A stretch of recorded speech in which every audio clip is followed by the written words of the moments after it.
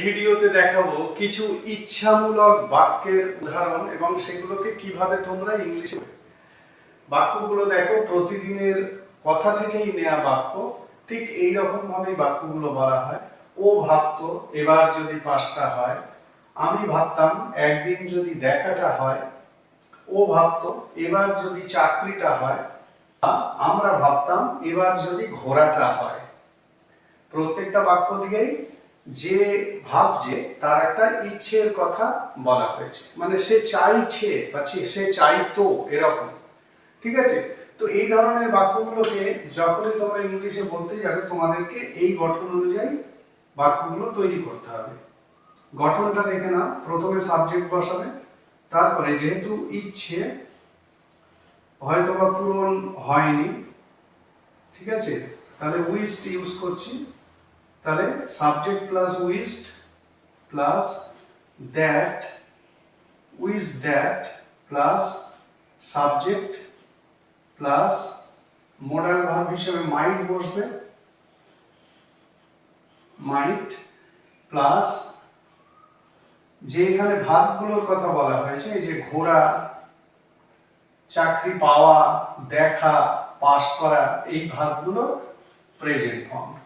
ঠিক আছে, এই হলো সেন্টেন্স স্ট্রাকচার। একটা দারুণ সেন্টেন্স স্ট্রাকচার, এবং এই স্ট্রাকচারটা ব্যবহার করে ঠিক এই রকম প্র্যাকটিক্যাল বাংলাগুলোকে বলা হয়। ঠিক আছে, তাহলে বাক্যগুলো শুরু করছি। ও ভাবতো এবার যদি পাস হয়, তার মানে পাস্ট টেন্সের উপর, মানে অতীতে ভাবতো যে এবার যদি পাস হয়, তাহলে হি উইশড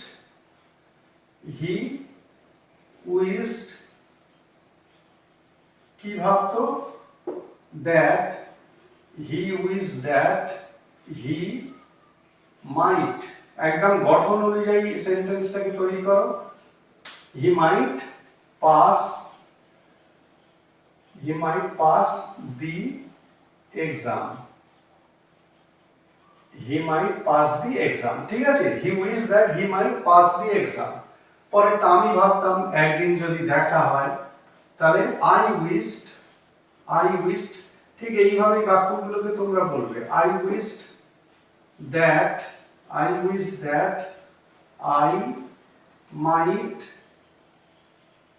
I might meet। কার সঙ্গে দেখা হয় এখানে উল্লেখ করিনি বাংলায়, এটাকে তোমরা ভেবে নিয়েই করবে। তাহলে আমি ভাবতাম ওর সাথে একদিন যদি দেখা হয়, তাহলে I wish that I might meet him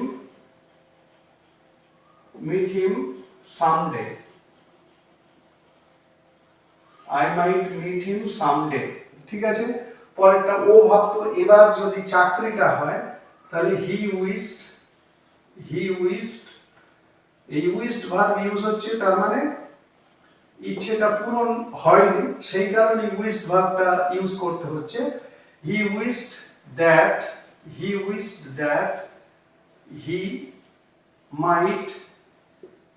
he might get the job. ঠিক আছে, পরেরটা একটা স্ট্রাকচার বুঝে গেলেই বাকিগুলো খুব সহজে হয়ে যাবে। বেঙ্গলি সেন্টেন্স প্যাটার্নটা ভালো করে লক্ষ্য করো। ঠিক এই রকম প্যাটার্নের বাক্যগুলোকে তোমরা এই স্ট্রাকচার ফলো করে ইংলিশে বলবে।